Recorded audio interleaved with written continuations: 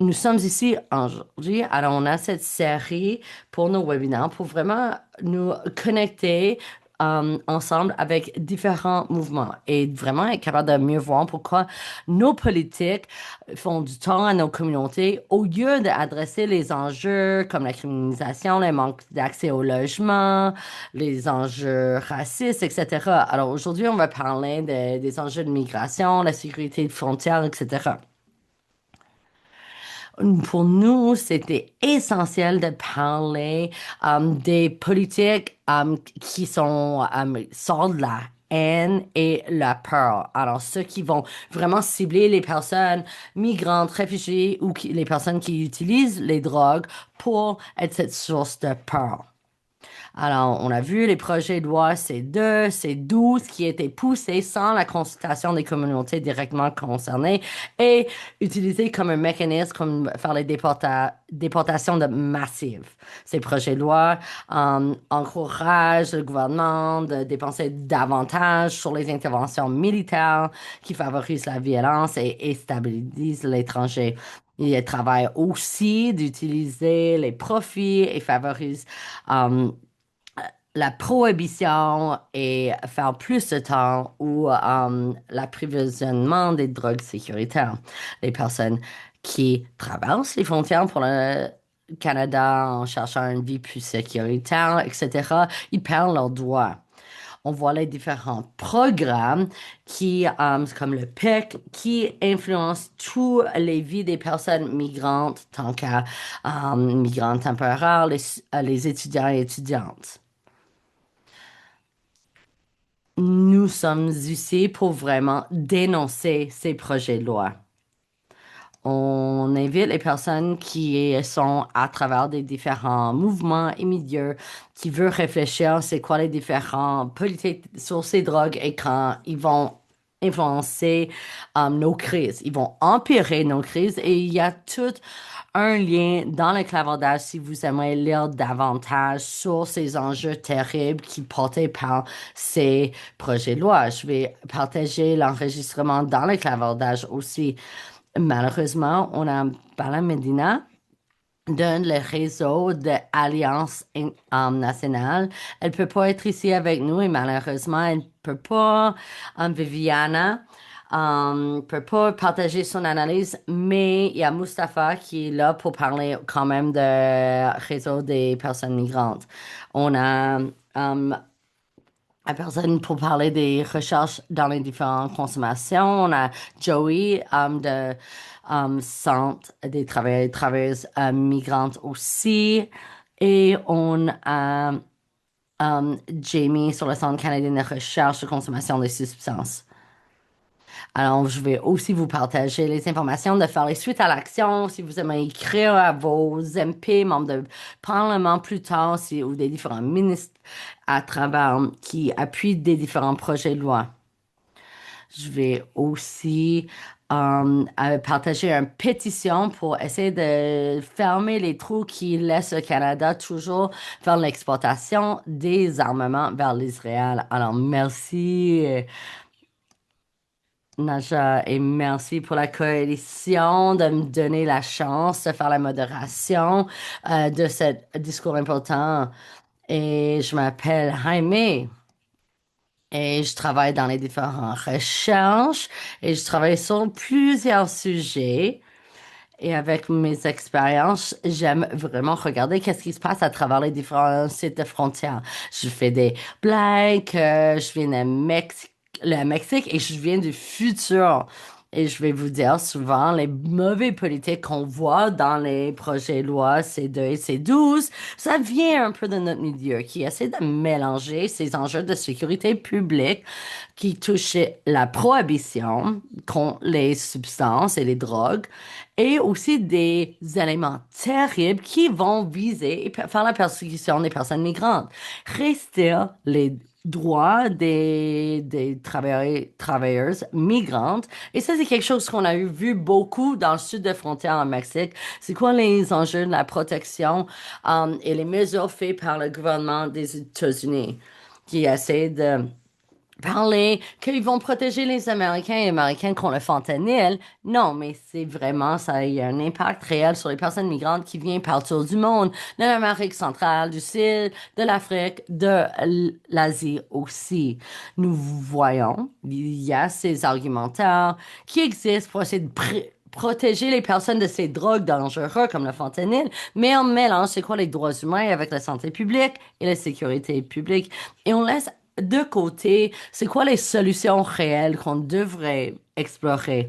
Quand vous regardez les projets de loi C2 ou C12, on voit que c'est vraiment des éléments pour commencer ou faire le chemin pour changer les lois qui ne prend pas en considération les communautés, les conséquences négatives et même de dialoguer.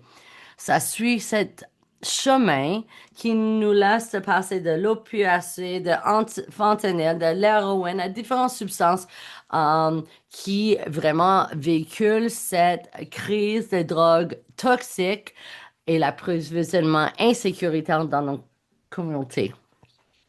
Maintenant, on a cette frontière qui est de plus en plus militarisée et ça fait du tort aux personnes qui veulent migrer à cause des violations de leurs droits humains ou des enjeux économiques et on ne suit pas les déterminants sociaux et de santé sur les politiques de drogue. C'est un enjeu beaucoup plus compliqué de juste jeter l'argent dans la sécurité et les enjeux militaires. Malheureusement, on voit que ces différentes mesures qui ont déjà passé en Mexique, notre président a changé, a continué à jouer avec ces enjeux de drogue, les militaires. Il essaie de supposément arrêter le transport de ces drogues, mais aussi la migration des personnes et en conséquence vont violer les droits des personnes. Alors, pour toutes les personnes canadiennes, canadiennes et les autres qui écoutent, il faut savoir c'est quoi les conséquences réelles de ces actions. Et qu'est-ce qui se passe quand on enlève ces droits humains? Quand on militarise nos frontières, c'est dur de retourner en arrière avant que c'était le cas. Alors, on a plusieurs personnes ici avec nous qui peuvent nous discuter de ces enjeux. Qu'est-ce qui se passe en ce moment? Je pense que j'aimerais voir un petit présentation de vous, qui vous êtes, où vous travaillez. Si on peut commencer avec Joey, puis Nick et à la fin Mustapha, est-ce que ça va pour vous? Ah, salut tout le monde, je m'appelle Joey Kulugai, je travaille avec le Centre des travailleurs et travailleuses migrantes et je suis la personne qui coordonne le centre et je suis responsable du dossier de réseautage et de rayonnement pour les personnes migrantes. On va à l'extérieur de Montréal et on va vers le Bas-Saint-Laurent et d'autres régions au Québec, comme le Chicoutimi et Lac-Saint-Jean, pour vraiment chercher les travailleurs migrants. On a aussi des bureaux en Outaouais où on a des personnes qui sont les organisateurs et actrices communautaires. Moi-même, je suis un migrant qui était arrivé dans les années 70 quand on a quitté notre pays dans un moment difficile et il y avait une dictature, Marcos, qui était soutenue par les pays occidentaux comme le Canada jusqu'à un point.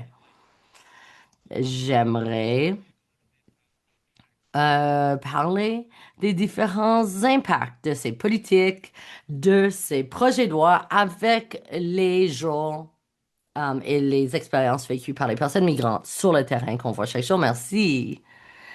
Salut, je m'appelle Nick. Je travaille sur la direction des politiques à la coalition. J'en ai sur un territoire non cédé, Anishinaabe, connu comme Ottawa. Je travaille avec la coalition depuis un long moment et puis avant, je travaille en Ontario sur les enjeux des différentes politiques, sur les drogues et je vais être capable d'approfondir les enjeux qui existent et les démarches dans le projet de loi C212. Merci, je m'appelle Mustapha Henawe.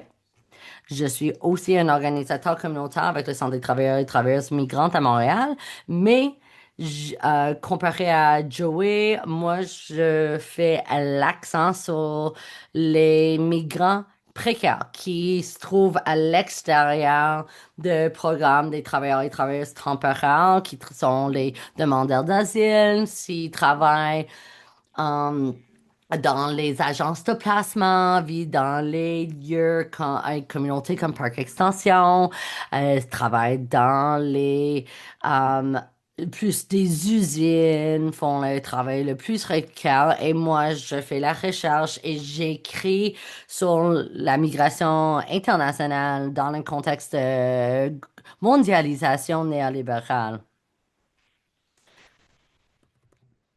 Je suis aussi membre avec le Centre des travailleurs migrants dans l'Alliance des personnes migrantes. Alors, ça, c'est notre réseau international et je peux vous parler de qu'est-ce qui existe dans notre contexte plus large. Merci, Mustapha.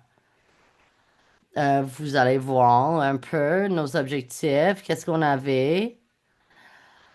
On a nos différents sujets. Ici, à la fin, on va voir plusieurs sujets. On va discuter les différents sujets et puis il va y avoir un moment pour les questions et réponses qu'on peut approfondir certains sujets. Joey, est-ce que tu peux nous parler plus large, de faire comme un peu une idée sur ces deux projets de loi? Des fois, c'est assez détaillé. Et si tu veux pas le faire, on a déjà à mentionner qu'on a fait un tour. C'est vraiment un petit avis, un document qui fait le tour de ces projets de loi. Mais je vais vous expliquer. Ici, cette année, le gouvernement, quand on a parlé de ce projet de loi C2 qui s'appelle le pour avoir des frontières plus fortes et ils ont rajouté davantage avec le projet de loi 12, c'était de renforcer davantage la sécurité frontière. C'est vraiment cette idée de combattre la crime organisée et euh, cet échange de substances. Alors, c'est quoi les éléments clés de ces projets de loi? C'est limiter accès avec les personnes réfugiées qui sont ici plus qu'un an. Ne peut pas avoir une analyse de leurs demandes par le corps d'immigration et de réfugiés au Canada. Alors, ils sont poussés vers les processus comme on l'appelle le PROS, ça c'est le analyse des risques d'enlève avant que vous quittez. Alors, quand on regarde tous les différents statuts d'immigration, il veut essayer de changer les permis d'études, de travail, des permis de résidence en regardant les critères d'intérêt public, entre guillemets, sans regarder les enjeux pour la sécurité des êtres humains. Ces enjeux législatifs veulent laisser un partage de documents identitaires très sensibles. Alors, ça va être partagé entre les différents corps fédéral, provincial et même territorial. Et peut-être même avec les gouvernements étrangers ou agences étrangères. Alors, ça peut augmenter les risques pour les personnes migrantes avec la loi et aussi avoir plus de risques quand ces personnes peuvent chercher leurs soins de santé, juridique, n'importe quoi. Alors, souvent, les personnes migrantes qui vont quitter l'abus, vont perdre leur statut officiel et essayer d'avoir du soutien dans un corps de les droits pour les travailleurs et travailleuses. Normalement, c'est garanti que le code de travail, les normes de travail vont pas partager leur statut immigratoire. Par contre, avec ces projets de loi, ce ne serait plus le cas. Alors, les personnes migrantes vont quitter les situations abusives dans le milieu de travail, qui sont eu l'expérience et puis quand ils quittent où ils veulent dénoncer l'abus, ils vont plus avoir de soutien parce que n'importe quel service social va être partager leurs informations avec le gouvernement fédéral, etc. Alors, ça, c'est un gros enjeu. Quand on parle des traversées atypiques, alors ça c'est pour les demandeurs d'asile qui vont traverser les frontières qui sont pas dans les ports officiels d'entrée. Alors ils risquent d'être déqualifiés. Alors dans les prévisions, il y avait cette fenêtre de 14 jours, mais maintenant s'ils cherchent pas dans les premières, le demande officielle dans les premiers 14 jours qu'ils ont traversé la frontière, ils vont plus avoir le droit. Alors, ils vont avoir le droit de demander les déportations sans euh, les procédures juridiques typiques ou les délais plus raisonnables pour que les personnes fassent appel à des décisions. On voit, c'est vraiment une détérioration des protections des personnes réfugiées au niveau de droit international. Les personnes, peut-être, il y a plusieurs raisons pourquoi les personnes ne peuvent pas faire les demandes plus rapidement. Euh, Peut-être on va pas reconnaître non plus la protection des réfugiés au niveau international. Les personnes migrantes se trouvent dans les situations plus précaires parce qu'on parle des statuts immigratoires, les permis de travail, les permis de résidence, études. Il y a plus de risques, il y a plus de risques de déportation. Et évidemment, ces situations peuvent augmenter les exploitations par les employeurs parce que les personnes ont peur de situations de détention. Ils peuvent se faire victimiser d'être plus de traite des êtres humains ou trafiquer pour les enjeux de travail et ils vont pas se sentir à l'aise de soulever les points. Il y a aussi, avec ce partage des données, on pense que les personnes migrantes, même quand ils sont éligibles, ils vont peut-être pas accéder à ces services parce qu'ils ont peur que cette information va être partagée, peut déclencher des mesures nuisibles pour leur situation migratoire. Les personnes nous posent des questions tout le temps de ça, avant de faire une plainte ou faire une demande de l'aide. Est-ce que ça va être nuisible sur ma demande de résidence permanente? Ça a augmenté la peur. Et oui, il y a un impact sur la perception des risques, mais aussi la réalité de l'accès à ces ressources. Il y a une création d'un statut de deuxième classe. Alors, ça crée les personnes migrantes de plus en plus précaires et vulnérables et peut vraiment être sur des influences politiques et bureaucratiques. Les personnes avaient déjà peur, ont détruisé déjà les familles à travers le monde et on a pu vraiment détruire les familles qui ont déjà des vies établies au Canada. Ça va déstabiliser les communautés et faire du tort au niveau de nos réseaux sociaux. Avant, on a eu ces projets de loi sur papier. Il y a eu déjà une décision d'engager plus d'agents pour sauver nos frontières. Avant d'engager ces agents, on envoyait comme leur encourager ces personnes qui veulent être les agents, les ASFC. Alors ça, c'est les agents à service frontalier au Canada. Et c'est comme un agent ICE au Canada. Il essaie de rendre c'est plus intéressant, quelque chose, peut-être un emploi que les personnes désiraient de prendre. Et comment est-ce qu'on évalue et fait l'analyse de ces agences, de voir vraiment s'ils ont des compétences nécessaires, de bien juger et de suivre les procédures nécessaires pour garder les personnes en sécurité, de suivre la loi, etc. Il y a cette crainte qui existe. Nous voyons aussi, on voit plus de descente sur les sites d'emploi, les sites communautaires. Alors, les personnes migrantes sont peur parce qu'il y a ces attaques. On a vu même des rafles par les agents de Service frontalier Canada. Alors, ça c'est encore une fois, c'est les réponses à des récits qui sont fautifs.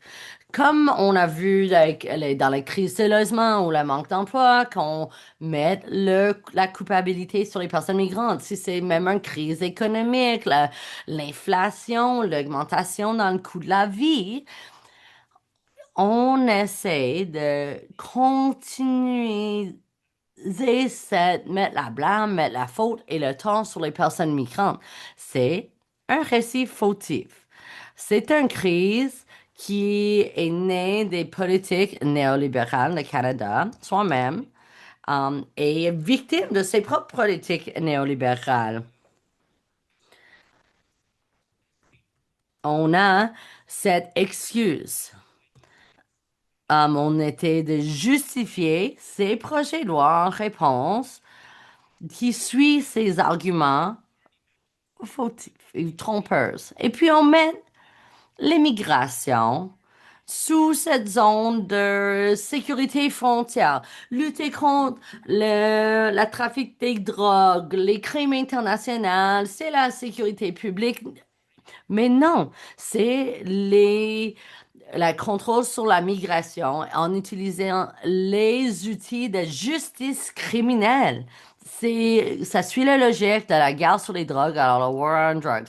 Alors de faire regarder les enjeux sociaux comme la pauvreté, le déplacement, comme les enjeux sociaux, économiques, ils sont reclassifiés comme des menaces de sécurité. Et puis, ces personnes sont plus cadrées, démontrées comme des personnes qui sont des risques sécuritaires, dangereux, et non pas les personnes qui cherchent l'asile, une meilleure vie, les différentes opportunités.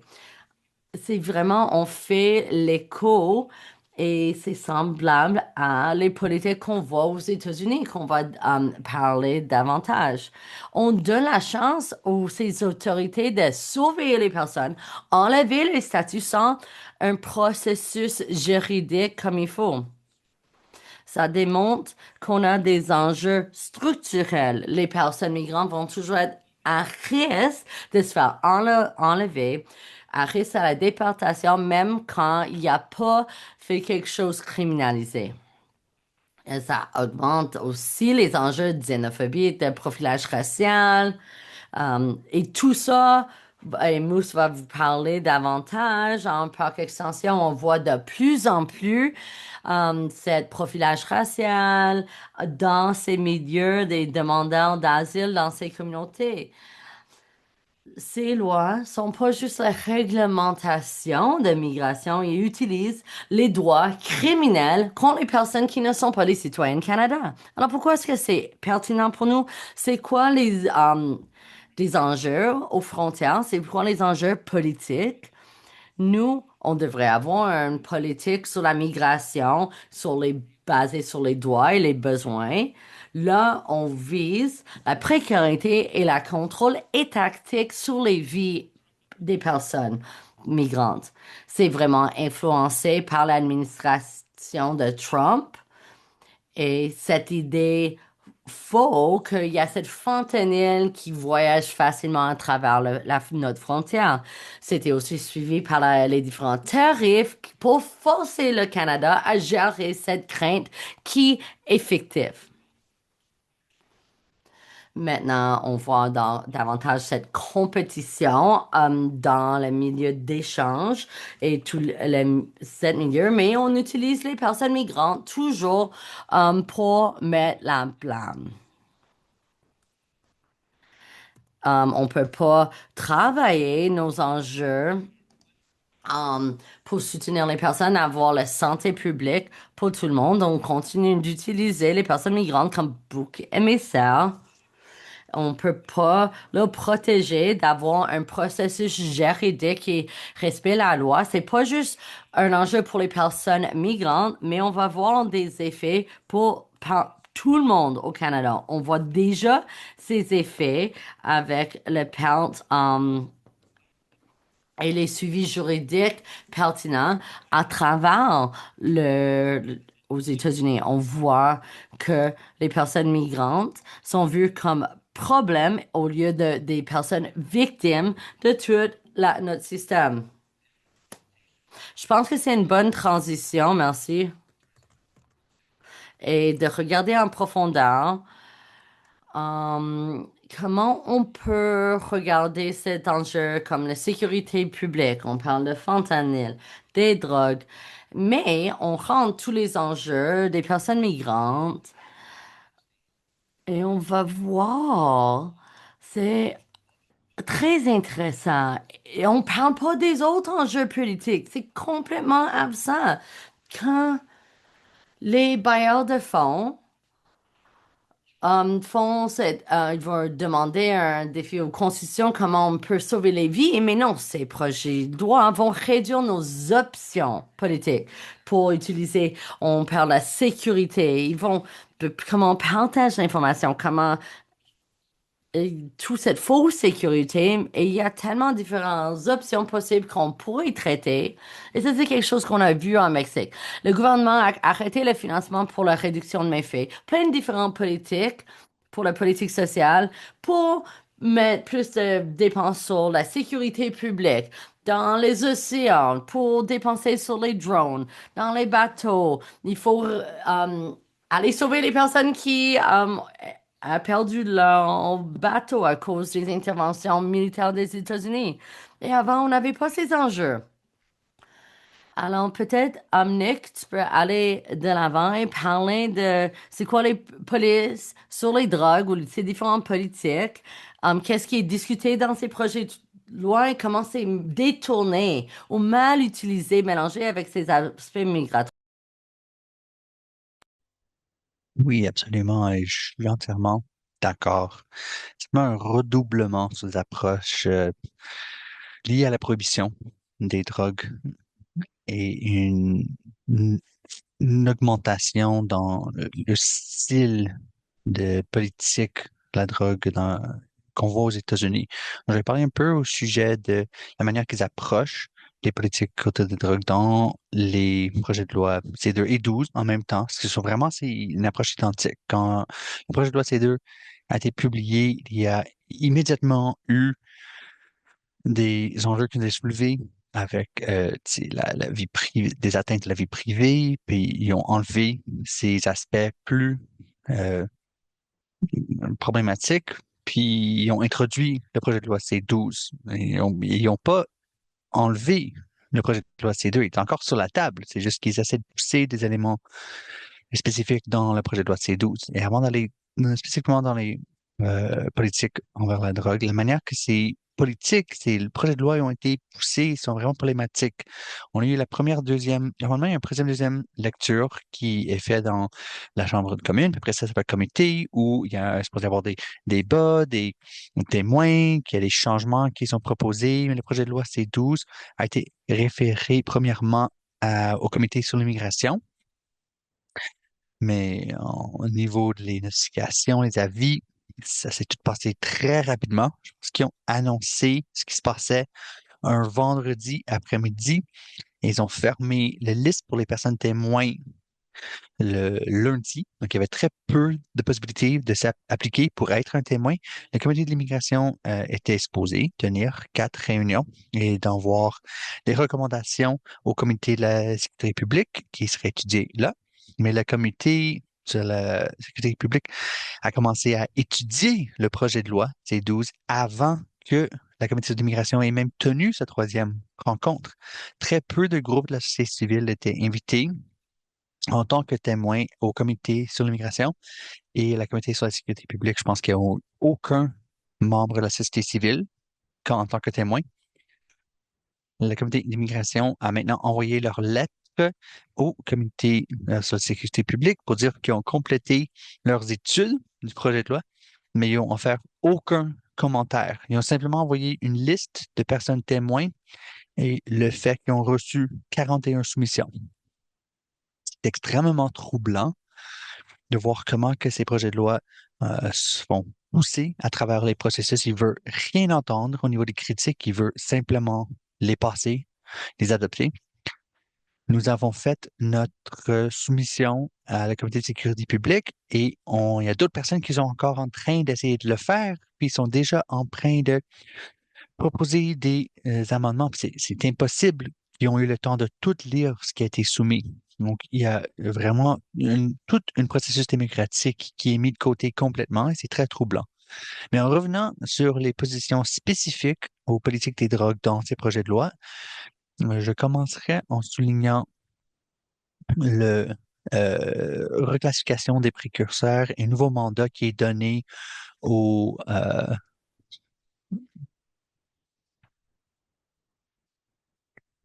les gardes-côtes du Canada. Et il faut aussi regarder ceci dans le contexte de l'investissement qui était de mettre dans la sécurité frontière. Il y avait, je pense, 1 milliard de dollars qui a été annoncé l'année passée. Qu'on regarde le budget qui vient juste d'être adopté, ça fait quelques semaines, ça donne au département de défense une augmentation de 40% en faisant des coupes vraiment significatives à travers les services de santé et social. On voit vraiment cette redoublement de la militarisation vis-à-vis les politiques avec les drogues.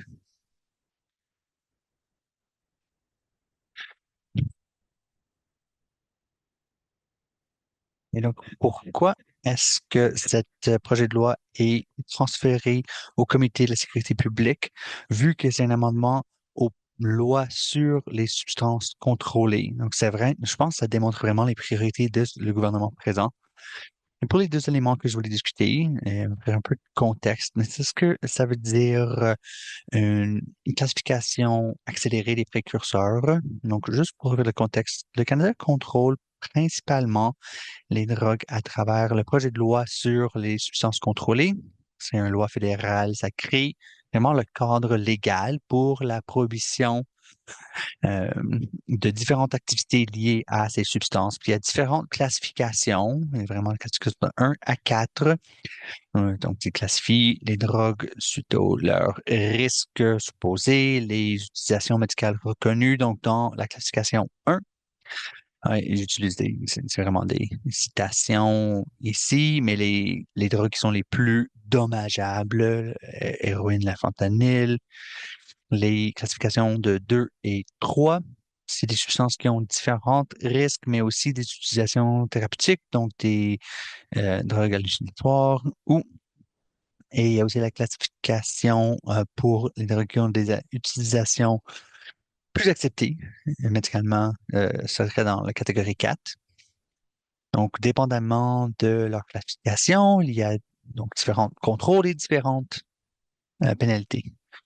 Et donc, cette loi est aussi soutenue par des règlements en lien avec les précurseurs accélérés et qui créent de la réglementation autour de différents éléments chimiques qui peuvent être utilisés dans la manufacture de drogue. Ce que ces deux projets de loi font, c'est qu'ils ajoutent une nouvelle catégorie de classification où le ministère de la Santé peut classifier quelques-unes de ces éléments chimiques temporairement et accélérer où qui vont se trouver dans ce système de classification. Donc, disons qu'ils ont identifié que des nouveaux éléments chimiques sont utilisés pour créer un nouveau drogue, il faut les contrôler et ça outrepasse le processus déjà adopté, la participation de la société civile. Le ministre peut simplement ajouter des choses dans la classification contrôlée sans consultation, unilatéralement. Et le tort potentiel, il faut se demander la question, pourquoi est-ce qu'on a la fentanyl présentement? On est allé du opium à l'héroïne, aux des opides pharmaceutiques, maintenant à fentanyl. C'est la prohibition. C'est le fait de prohiber les drogues qui ne répondent aucunement aux problèmes ou les situations qui créent des demandes. La marché va toujours trouver une nouvelle drogue pour répondre à cette demande. Et donc, en accélérant la réglementation des précurseurs, ça va simplement pousser le marché dans une diversification des drogues encore plus rapide. Il y a d'autres enjeux aussi de pousser cette innovation sur le marché, mais même pour des entreprises légitimes, ça peut juste ajouter la réglementation qui peut être très lourde, avoir des impacts sur la recherche, la possibilité d'avoir accès à ces différents éléments chimiques pour des utilisations entièrement légitimes. Il y a beaucoup de ces euh, éléments chimiques qui sont utilisés dans le traitement d'eau, dans l'agriculture, et juste de manière théorique, quelqu'un qui serait en train de traiter, de travailler avec ces éléments, et là, soudainement, ils sont classifiés comme des substances contrôlées. Mais si la communication, cette information peut poser des problèmes parce que tout le monde va savoir qu'ils sont maintenant en train de travailler avec des substances qui sont rendues illégales. Il y a aussi des éléments dans ce projet de loi liés à des crimes financiers, puis c'est de contrôler les aspects sociaux au niveau financier, mais la crime organisée est toujours tellement de pas en avance du gouvernement que ça va simplement créer d'autres innovations dans les modes de fonctionnement de ces organismes criminels. Avec la complexification des investigations, on voit une augmentation aussi des budgets nécessaires pour les forces de l'ordre. Puis c'est vraiment, il y a beaucoup de différents enjeux potentiels et des craintes avec cet aspect des précurseurs. L'autre élément que je voulais souligner, que avant je ne l'avais pas vu immédiatement, mais ça m'a été amené à mon attention. Les États-Unis font ces frappes aériennes illégales dans des bateaux dans la Caraïbe, on dit pour le contrôle de la trafic des drogues, supposément. Mais dans le projet de loi C2 et C12, les gardes-côtes canadiens, la garde côtière a été donné un nouveau mandat. Donc, traditionnellement, c'est un service euh, civique qui est responsable pour la protection de l'environnement, la sécurité de navigation. Ils n'ont aucune responsabilité en tant que force policière ou de l'ordre. Mais juste récemment, cet été, il y a eu un décret qui ont changé la garde côtière de le département des océans et vers le département de défense. Donc, c'est un grand changement. Et dans ces nouveaux projets de loi, la garde côtière est donné un nouveau mandat pour la sécurité. Donc, ils vont travailler de manière beaucoup plus proche avec les forces militaires, avec les marines. Et si on voit ce qu'on est en train de se passer aux États-Unis avec les frappes contre les bateaux, il faut poser des questions au sujet du rôle que le Canada joue et se voit jouer. Et cette mandat préexistant pour la sécurité de navigation, la protection environnementale, est-ce que ça va souffrir sous ce nouveau mandat de sécurité? Donc, je dirais que c'est les éléments les plus significatifs vis-à-vis ces projets de loi pour les politiques de drogue. Et merci beaucoup, Nick. Je pense qu'on va revenir à ces sujets, mais je voudrais continuer tous ces différents aspects en lien avec l'immigration. Ça ne vient pas de nulle part. On voit à travers l'Amérique du Nord une grande augmentation dans le nombre de personnes qui essaient de rentrer dans les États-Unis, qui sont maintenant renvoyées au Mexique, et maintenant des lieux encore plus loin, en El Salvador, en Afrique, qui n'ont aucune relation avec leur lieu d'origine. À un moment donné, il y avait un espoir que parmi ces populations qu'ils pourraient passer les États-Unis puis arriver au Canada, que ce soit un lieu sécuritaire, libre de la pauvreté, de les situations dangereuses. En tant que personne mexicaine, euh, on voit que peu importe, avec les changements électoraux, il y a euh, la nécessité des visas qui arrivent, qui disparaissent, qui changent constamment. Et il faut comprendre les dynamiques internationales de migration et de la façon que le Canada est en train de fermer ses portes à beaucoup de personnes en besoin. Peut-être, Mustapha, tu pourrais nous dire un peu plus au sujet de ce point de vue international et les parcours des personnes migrantes que vous voyez avec votre organisme. Merci beaucoup, Amy. Je serais content de faire partie de cette discussion, de la manière qu'on arrime nos analyses à travers cette discussion pour essayer d'offrir un peu. de contexte pour le projet de loi C-12 et vraiment juste aussi le moment politique actuel.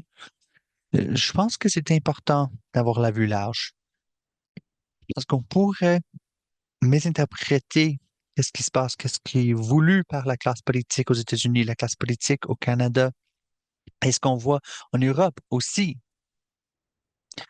Donc, une des choses qu'on voit dans cette combinaison de la guerre contre les drogues, la guerre contre les personnes migrantes, on est en train de faire la manufacture d'une crise, d'en créer une.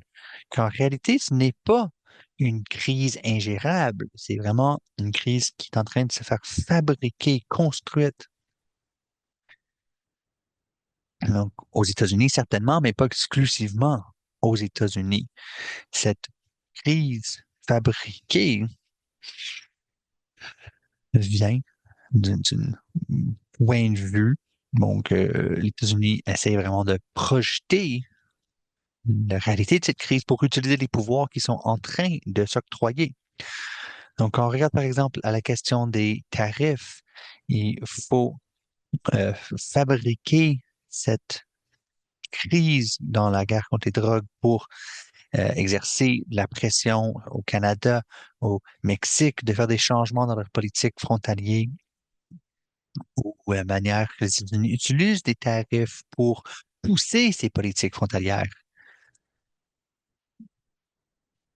Et en même temps, si on regarde la migration d'un point de vue plus large, c'est que les niveaux de migration, en réalité, sont très stables. En général, c'est entre 3 et 4% de la population mondiale qui vit à l'extérieur de leur pays d'origine. Ce n'est pas une crise drastique, cette situation ingérable euh, pour un État en particulier. C'est les mêmes niveaux de migration qui ont toujours existé, mais la différence fondamentale, mais ça revient à deux choses. C'est qui vient d'où, c'est qui migre vers où, que nous avons discuté un petit peu, mais juste aussi le nombre absolu de personnes migrantes. Si vous regardez aujourd'hui 290 millions de personnes migrantes à travers la planète, 80% de ces personnes sont du sud international qui vont vers le nord, que peut-être avant la Deuxième Guerre mondiale ou autour de cette période, beaucoup de cette migration, c'est des personnes européennes vers l'Amérique du Nord. C'est la grande migration. Autre que le travail forcé, le système esclavagiste transatlantique, il y a toujours eu cette double forme de migration qui a toujours existé et c'est le changement entre le ratio relatif qui crée une perception de crise. Donc, si vous regardez ce que les États-Unis et le Canada essaient de faire présentement, c'est pourquoi les murs, pourquoi la militarisation, euh, et c'est quelque chose que Nick a identifié. On voit cet effort à faire une externalisation de la frontière et d'utiliser la guerre contre les drogues comme excuse. Donc, à l'Europe, les frontières de l'Europe ne sont plus en Europe. Ils sont en Maroc, en Niger, à la Libye, au Sénégal, en Égypte. Les frontières de l'Europe sont en expansion constante pour combattre la trafic humaine. Aux États-Unis, ils ont effectivement fait l'exportation de leurs frontières pour concorder avec la frontière sud de la Mexique. Au Canada, on a une géographie spécifique qui rend le projet de loi C-12 rend fondamental dans ce processus. Quand on voit les images qui sortent clairement des États-Unis, la militarisation de ICE, Ils sont en train de descendre d'hélicoptères, ils sont en train de déchirer les familles, les communautés, et vous pourriez croire que le but, c'est de mettre fin à la migration. Et c'est une des plus grandes mécompréhensions parce que ce que les États-Unis veulent, ce que l'Europe veut, c'est notre système d'immigration. Tu sais, il était très clair, même pendant son premier terme. Ce qu'ils veulent, c'est un système d'immigration dans le style canadien. Même Tom Horman, le tsar frontalier, et Trump, encore sa journée de l'immigration, a dit, nous allons déporter toutes ces personnes. Et après ça, on va les ramener de manière légale en tant que travailleurs, travailleuses temporaires. Est-ce que le Canada a vraiment perfectionné ce qu'il appelle tu sais, les pays qui reçoivent des personnes migrantes? C'est de gérer la migration, le contrôle de la migration pour répondre aux besoins du capital, les grandes entreprises, les juristes. Et c'est ça que les États-Unis voudraient accomplir. Et c'est ce que le projet de loi C-12 essaie d'accomplir d'une autre façon aussi, parce que au Canada, on a cette augmentation dans la migration temporaire. C'est rendu structurel. Vous avez le programme de travailleurs, travailleuses temporaires, et c'était une expansion à toutes sortes de différentes catégories, au-delà du travail domestique ou agriculturel, des personnes qui travaillent dans des hôtels, des supermarchés, dans la manufacture, la transformation alimentaire, les services de santé. Vous avez eu aussi les nouveaux politiques en lien avec les étudiants internationales. C'est une autre sorte une autre source de travail euh, à bas prix et un transfert de richesse du sud vers le nord. Et on a une augmentation dans la population non documentée, mais les statistiques sont difficiles à établir, mais on dirait entre un demi-million à 1 million, il y a quelques estimations qui sont au-delà même de ça. Donc, si on regarde à toutes les personnes migrantes documentées, sans documentation, étudiants internationales, on trouve que c'est au-delà de 3 millions de personnes.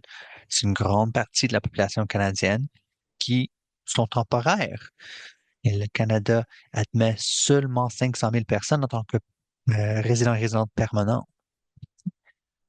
Donc, ce que le Canada a perfectionné, c'est un système d'immigration à deux temps, qu'on a la citoyenneté, la résidence permanente pour les personnes qui peuvent y avoir accès. Donc, particulièrement ici, une élite internationale qui sont mobiles, la classe d'investisseurs. Tu sais, Trump a proposé sa carte d'or. Ils ont des systèmes similaires en Europe et dans les États de la Golfe aussi, résidence permanente pour des travailleuses hautement qualifiées. Et c'est une autre catégorie qui est sous attaque par ces gouvernements. Et après ça, nous avons l'immigration temporaire et précaire pour les personnes qui viennent du sud global. Et le Canada pensait qu'il pouvait faire ça comme un, un robinet qui peut ouvrir et fermer, que ces personnes ne vont pas demander leurs droits, les droits que nous prenons pour acquis, d'avoir des droits de travail, de ne pas se faire exploiter sans perdre son emploi, le même accès aux services que nous bénéficions au Canada, que toutes les personnes migrantes temporaires et même non documentées payent pour financer. Et donc, ce que les personnes migrantes demandent au Canada, c'est vraiment, ce n'est qu'à d'avoir les droits égaux. Et à cause des attaques directes que nous voyons et le changement dans le climat politique, Canada a introduit une série de mesures, même avant le projet de loi C-12. Avant l'élection, Mark Miller promettait la régularisation des personnes non documentées. Le centre et beaucoup d'autres mouvements faisaient partie de ce mouvement. On trouvait qu'on allait dans la bonne direction et nous pourrions régulariser des statuts. Les personnes n'auraient pas peur de la déportation, mais ça a changé soudainement. On voit le limite sur les étudiants et étudiantes internationaux. Donc, il y a un effort pour essayer de réduire le nombre de personnes migrantes pour répondre aux intérêts de une, une part, une fraction de la population qui sont plus de droite. Et on voit des situations similaires en Allemagne, en la Royaume-Uni, ou dans beaucoup d'autres pays, parce qu'à la fin de la journée, les personnes migrantes temporaires ne peuvent pas voter. Ils n'ont aucun pouvoir ou poids électoral. Et donc, les gouvernements, ils ont pas ne sont pas incités à considérer leurs besoins. Et on a vu, c'est une cumulation de ceci dans le projet de loi C-12. Et le but, c'est de contrôler la migration. Le but, ce n'est pas de l'arrêter au complet, c'est d'y exercer plus de contrôle. Là, ils peuvent ouvrir le robinet quand c'est convenient et nécessaire pour les employeurs, peuvent fermer la migration quand ce n'est plus convenient de côté politique et ils vont le faire à travers ce processus de criminalisation. Et encore, quand on coupe les visas de Mexique, c'est un exemple très clair. Donc, on a une guerre contre les drogues au Mexique. Mais comment est-ce que quelqu'un peut être un réfugié de cette guerre sur les drogues? Et on voit aussi ce processus avec le Venezuela. Nous allons bomber le, la Venezuela parce qu'il y en a cette guerre sur les drogues qu'il faut lutter, mais c'est impossible que quelqu'un vienne de Venezuela à notre frontière en tant que réfugié à cause de cette guerre que nous sommes en train de mener. Donc, de certaine façon, les personnes du Sud global peuvent être des participantes dans cette guerre, mais ne peuvent jamais être des victimes de cette guerre, dans le but de contrôler la migration et le narratif social autour de celui-ci.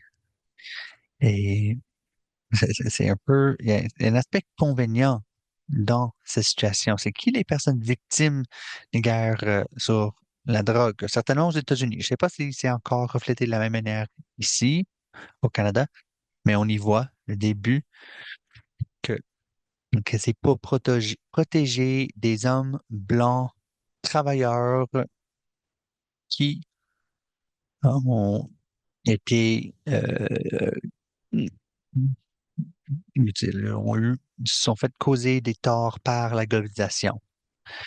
Les communautés qui souffrent sous la déindustrialisation et que les personnes migrantes et immigrantes sont en train de voler leurs emplois.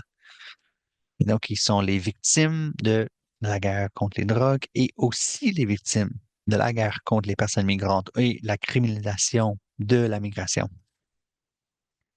Et ça crée un narratif qui soutient leur propre pouvoir politique et leur but politique quand, à la fin de la journée, ils n'ont aucun désir d'offrir des ressources pour répondre aux enjeux qui sous-tend cette guerre contre la drogue. Parce que la réalité, c'est que ces mêmes communautés, s'ils disaient la vérité,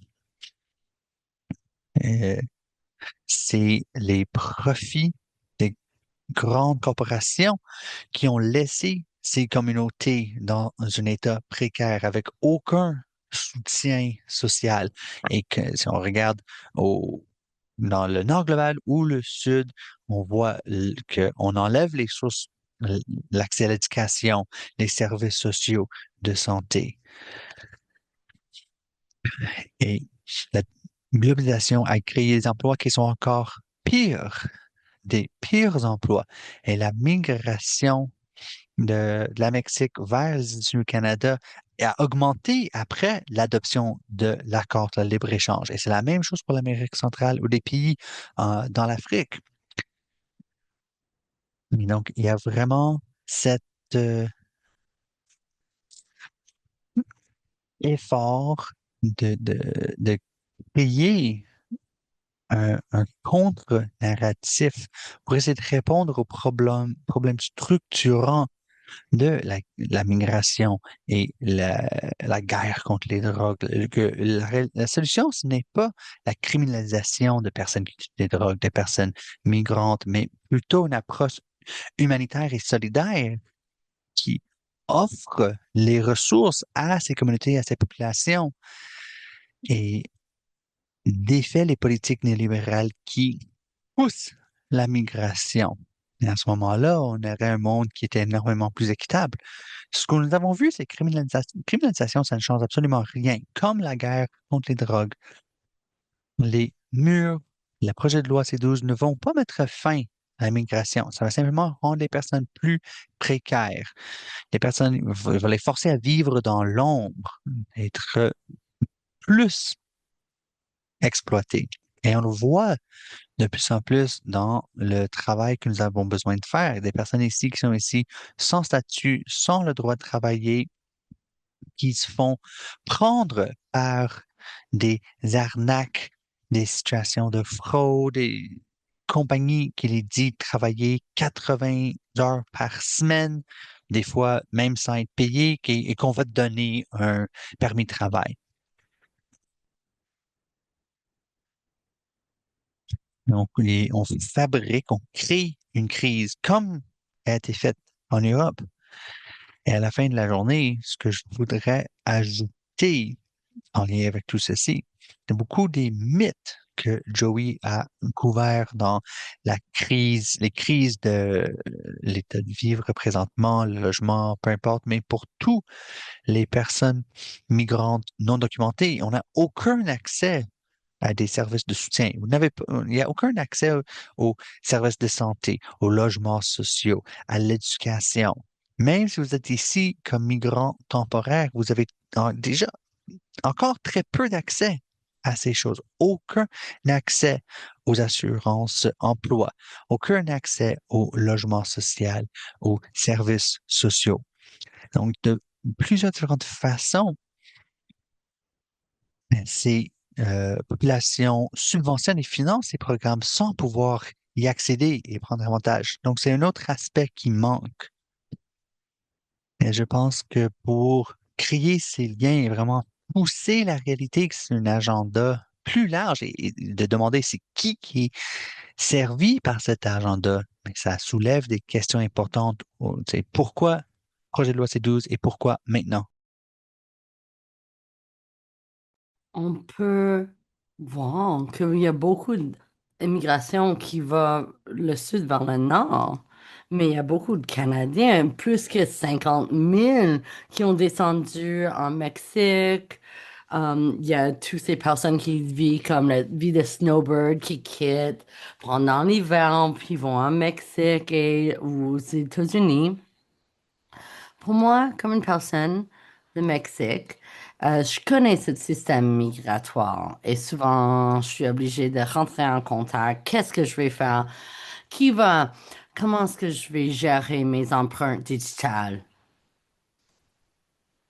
Hum, Maintenant, on voit que ces conditions sont en train de vraiment faire le miroir de qu'est-ce qui existe dans le Sud. Alors, cette sécurité devrait nous aider à réfléchir à l'extérieur de nos privilèges et peut-être sortir et avoir plus de solidarité avec plus de migrants à travers le monde. J'aimerais peut-être sauter tout de suite vers la période de questions et réponses parce qu'on a eu un déluge de questions toutes dans cette boîte de questions. Joey, j'aimerais aller vers toi. Tout de suite, le monde pose ces questions. Qu'est-ce qu'on peut faire? Comment est-ce qu'on protège les droits des personnes? Il y a eu un autre commentaire et question sur une personne qui a mentionné comment est-ce qu'on peut créer un mouvement de solidarité entre le mouvement syndical et le mouvement qui lutte pour la réduction de méfaits ou de critiques de politique sur les drogues. Il y a quand même un gros écart, ces deux milieux. Qu'est-ce qu'on peut faire pour commencer à travailler ensemble sur les droits des personnes, des travailleurs et travailleuses et dans ce mouvement et le mouvement pour changer les politiques sur les drogues? Qu'est-ce qu'on fait? Oh. Si j'avais la réponse à cette question, je serais la première ministre ou je serais dans une élection. Malheureusement, je vois cette question. Et c'est vraiment qui est le groupe ou c'est qui la personne qui profite de ces situations vulnérables ou ce genre d'abus qui est créé par ces projets de loi et ces lois. C'est pas la classe ouvrière, c'est pas le milieu syndical, c'est pas les personnes plus pauvres ou classe moyenne. Quand les personnes les plus vulnérables sont davantage exploitées et abusées, ah. Non, ça remet en question les luttes qu'on a lutté pour une journée de travail de 8 heures, d'avoir le temps supplémentaire, d'avoir les congés parentaux, tout ça. Les personnes les plus vulnérables entre nous, les employeurs peuvent juste dire, ah, non, t'en fais pas si tu veux pas accepter ces conditions, j'ai un autre niveau des travailleurs et travailleuses que je peux exploiter. Vous voulez pas prendre ces conditions de travail qui sont plus profitables pour l'employeur, qui sont plus moins chères pour l'employeur. L'employeur va aller vers ces d'autres milieux plus exploitables de milieux de travail. Alors, nous avons besoin de regarder ça ensemble. On voit les différences. On voit les enjeux, les conflits, les contradictions. Des fois qu'on voit une personne qui travaille. Des fois, on essaie de viser les personnes ensemble et ça nous force à peut-être manquer les détails, qu'on se met d'accord que les personnes migrantes sont coupables pour cette expérience vécue, cette crise à laquelle elle fait face. Mais non, on peut pas cacher ça des personnes à l'infini. Les personnes commencent à réaliser, se rendre compte que non, ce n'est pas les personnes migrantes qui sont à blâmer.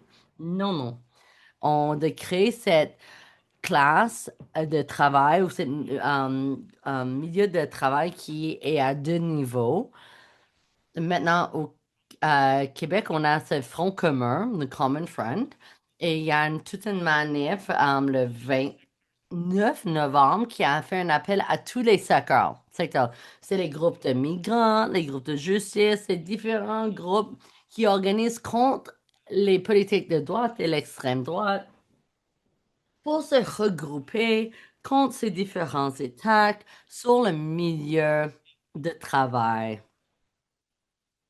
Et je pense qu'on a besoin de continuer de travailler ensemble et de lutter ensemble. Et aussi, pour ce milieu qui fait le plaidoyer pour les personnes qui consomment les drogues et qui veut changer les politiques sur les drogues, qui ont des réponses comme cette, en guillemets, problème des drogues. Je veux pas l'appeler un problème des drogues, mais comme, je ne sais pas c'est quoi le bon mot. Je pense qu'on a plus en commun qu'on a en différent. Et on a besoin de prioriser ces discussions, d'être capable de mieux faire l'écart de qu'est-ce qui nous envoie, qui essaie d'exacerber les différences entre ces mouvements. Non, c'est une attaque sur les personnes de notre classe ouvrière. Les classes des personnes plus exploitées, les personnes devraient être en résistance ensemble. J'aimerais sauter avec toi, Nick. Un autre questionnement qu'on voit, c'est les personnes veulent voir comment est-ce qu'on reformule les politiques, mais comment est-ce qu'on assure que les membres du Parlement lisent les faits. On veut les politiques basées dans la preuve, les faits, mais ça semble pas que les personnes écoutent ces enjeux. Alors, comment est-ce qu'on peut former davantage ce processus, c'est créer les projets-là, mais communiquer avec les politiciens de mieux faire. Ah, et comme Joey a dit, j'aimerais avoir cette réponse. On n'est pas en train de créer les politiques qui sont basées dans la preuve, dans les faits, c'est basé sur plutôt les sondages, c'est basé sur les décisions politiques. Et ça démontre de pression politique, si ça vient pas du public, les politiciens vont continuer à faire ce qu'ils font.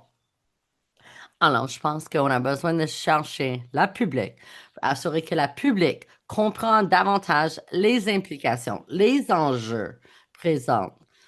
Et évidemment, c'est de discuter les enjeux, les problèmes compliqués. Les politiciens vont répondre aux pressions publiques.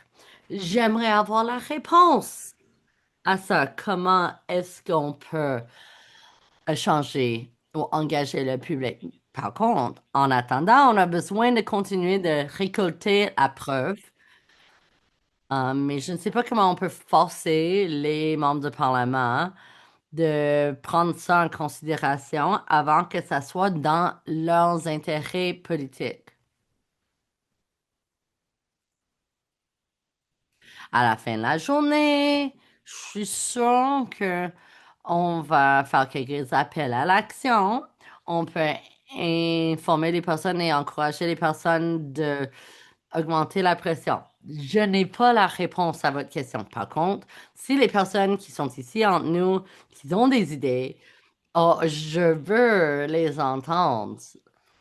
Nous travaillons aussi peut-être sur le côté international, d'essayer de mettre la pression sur le Canada, sur le côté des droits d'être humain à l'international. Je pense que le Canada regarde sur le Conseil des droits de la personne et il y a une révision ce printemps. Alors peut-être ça serait un moment de mettre un peu de la pression au niveau droit humain sur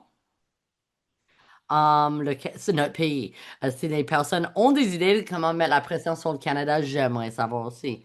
Et je veux pas vous mettre, vous cibler, mais je veux pas encourager que les personnes font ces concours politiques et de devenir des membres de parlement. Non, non, non. Mais comment est-ce qu'on peut former la narration publique? Comment est-ce qu'on peut influencer ses sentiments?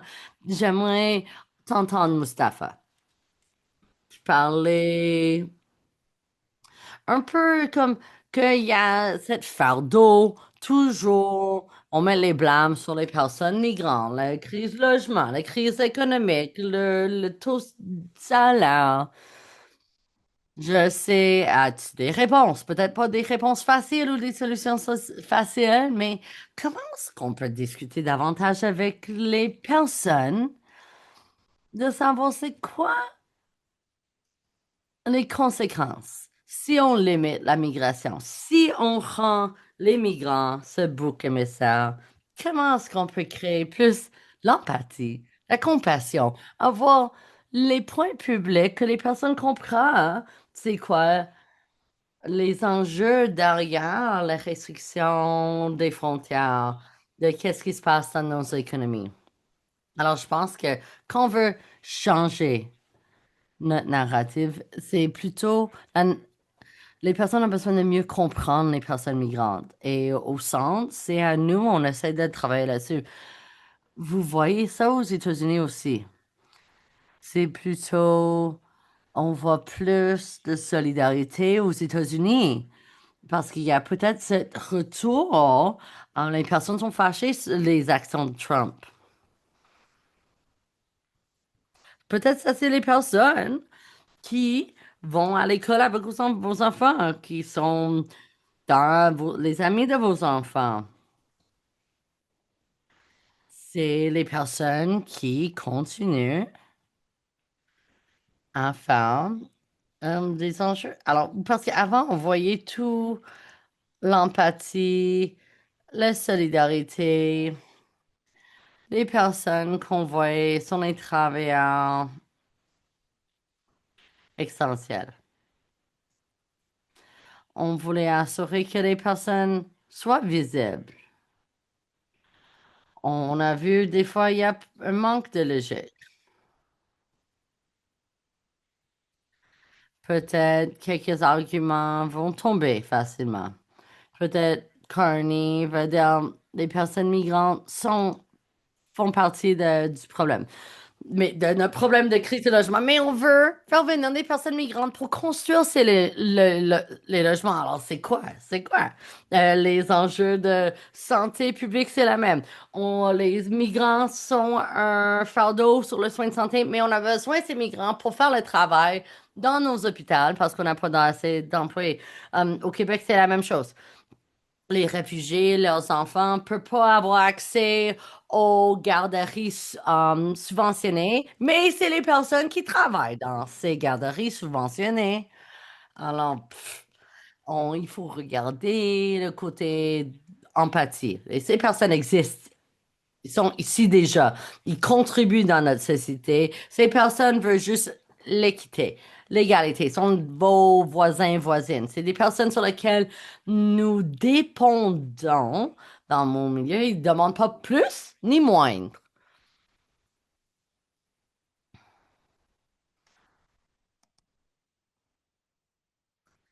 Il y a beaucoup de questions.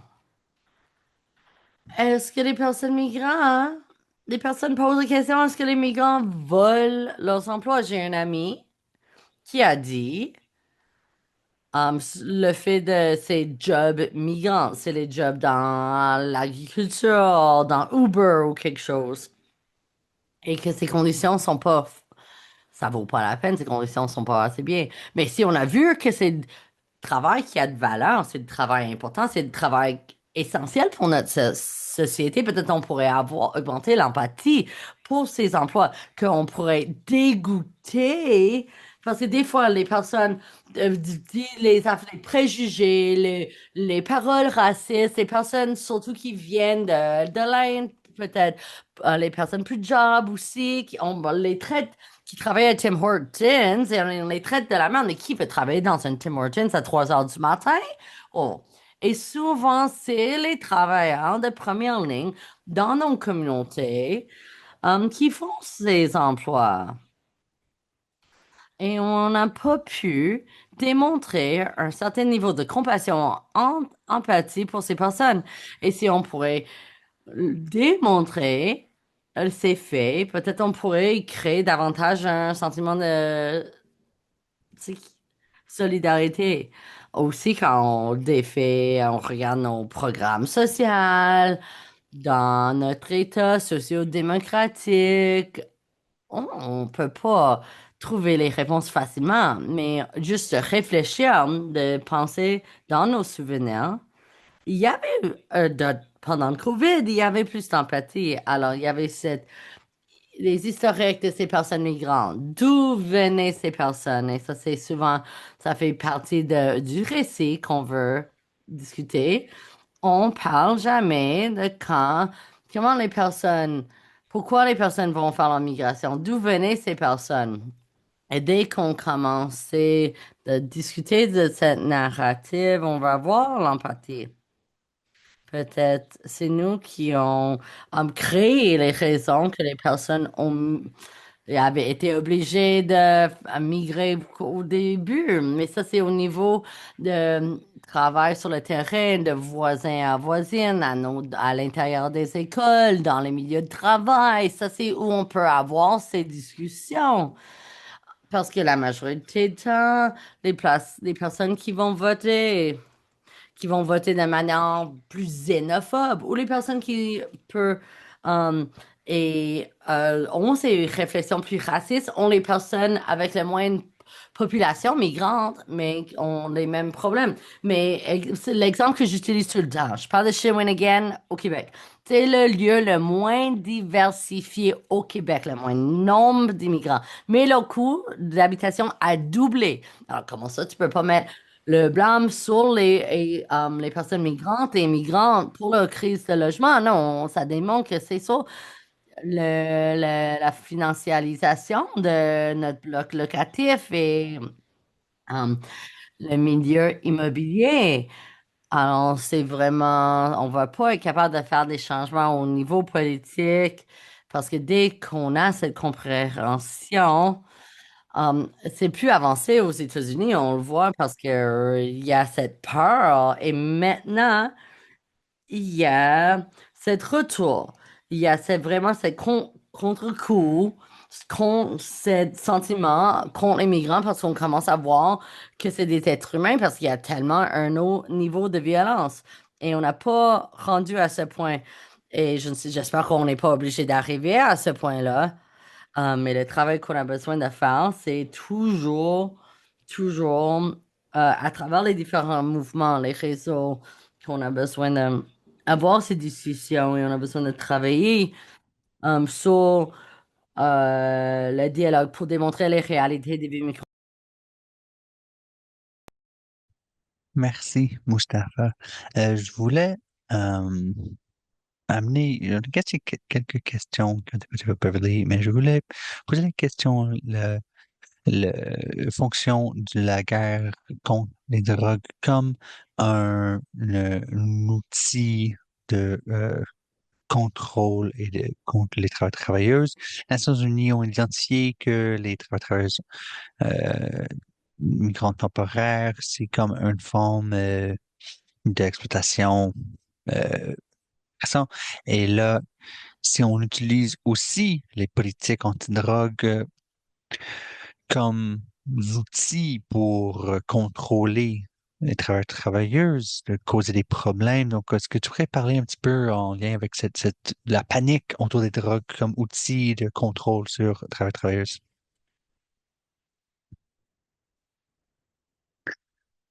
Donc, dans un lieu de travail dans lequel on organisait, on exposait des abus.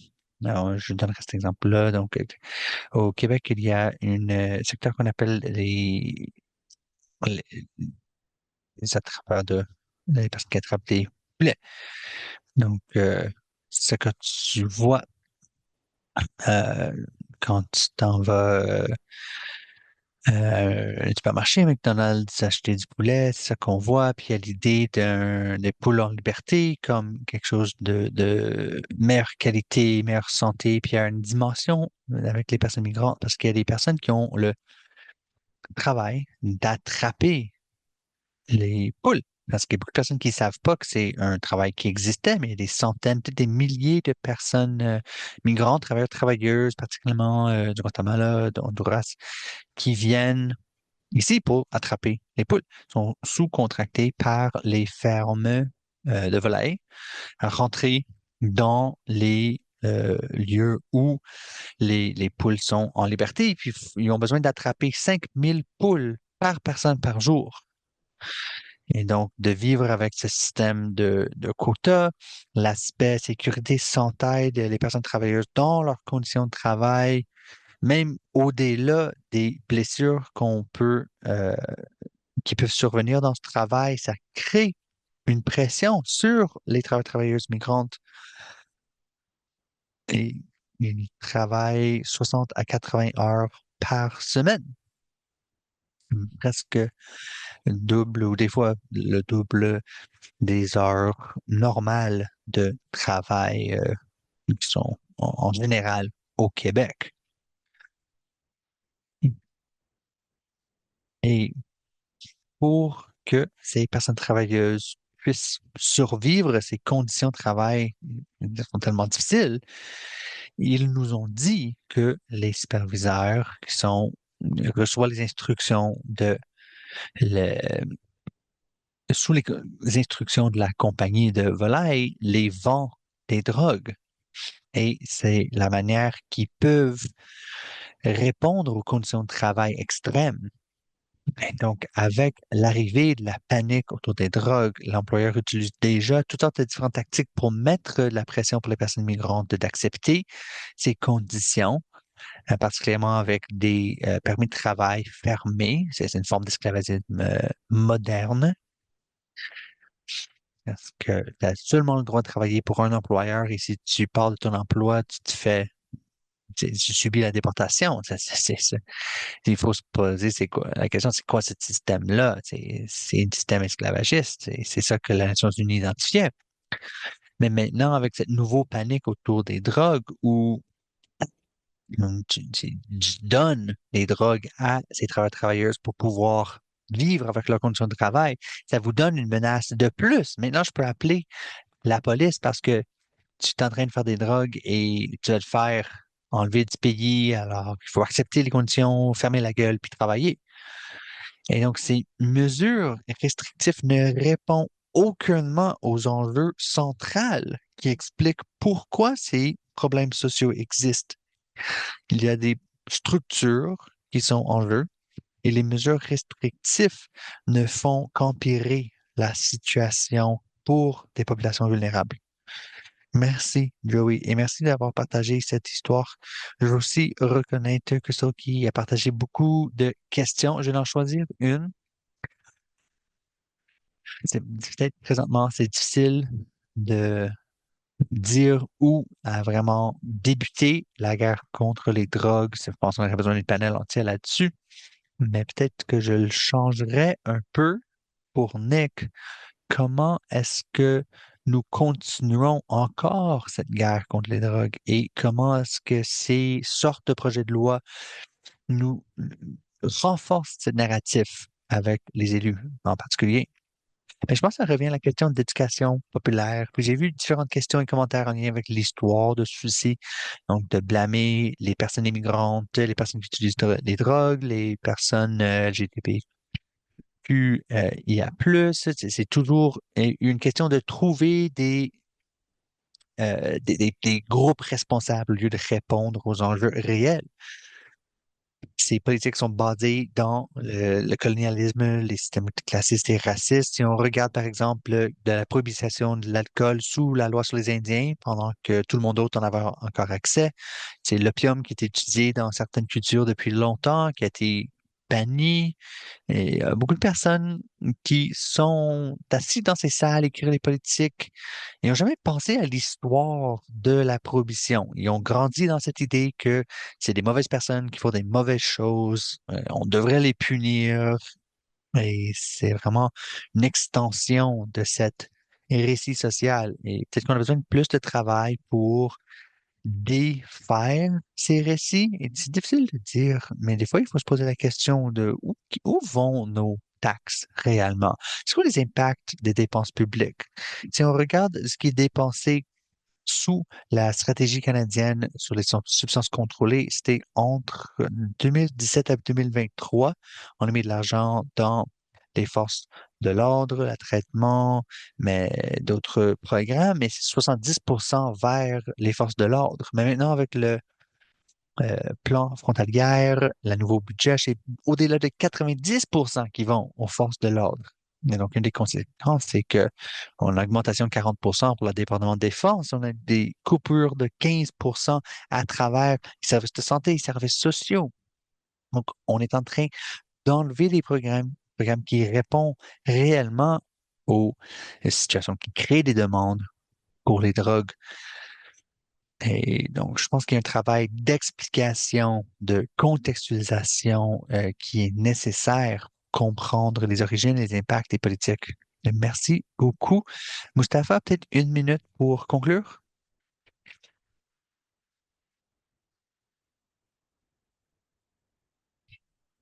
Je pense pas qu'il y a grand-chose à ajouter, autre que de dire que le projet de loi C12, même si, tu sais, avec tous les problèmes l'IA, ça agit pour rassembler différents acteurs de société civile, différents mouvements, des personnes qui travaillent sur différents enjeux, mais ça les ramène ensemble, ça les rassemble dans une seule pièce, sur une seule situation, et ça pourrait être un retombé positif. Je pense que c'est très facile d'être non, négatif envers la situation actuelle, mais si on regarde au récit plus large, si on pense à ces sortes de coalitions, de réseaux, de points de solidarité qui n'ont pas existé dans les années précédentes,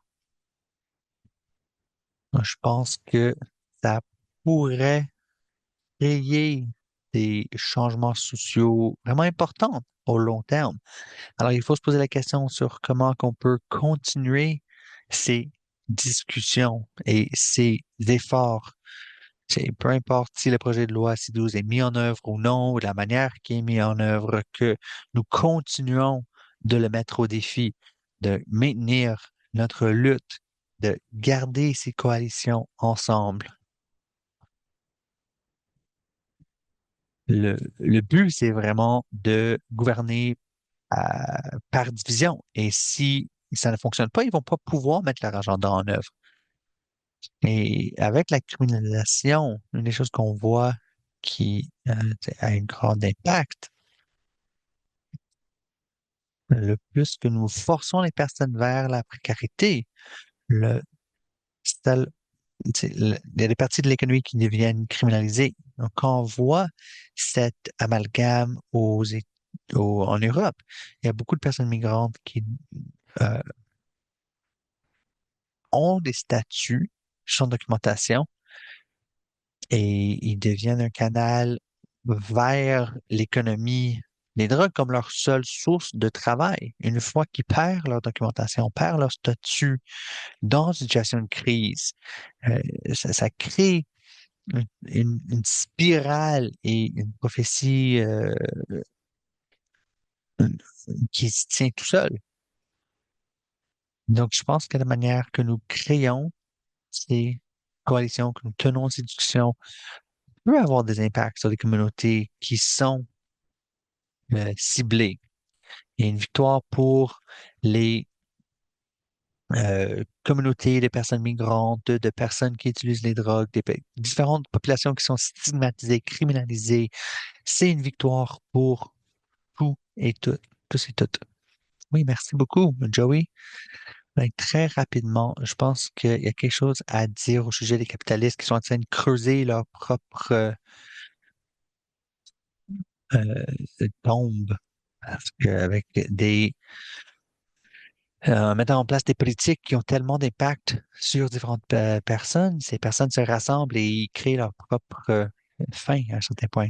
Ben, merci beaucoup. Et je pense qu'il est important de cette table que si nous n'en parlons pas, ça demeure caché. Alors, merci beaucoup à la coalition d'avoir tenu et organisé cette discussion.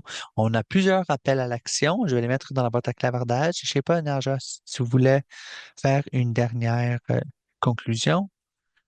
Mais merci beaucoup à tout le monde qui est présent ici avec nous pour vos commentaires et vos questions. Nous l'apprécions beaucoup. Merci à nos panélistes. Merci à Amé pour l'animation et merci aussi à Coplargo pour l'interprétation. J'ai pas rien ajouté. On a beaucoup d'incroyables choses qui ont été dites. On a l'enregistrement. Ça va être mis en ligne. Et tous les ressources qui ont été partagées dans votre clavatage vous seront envoyées aussi par courriel avec l'enregistrement.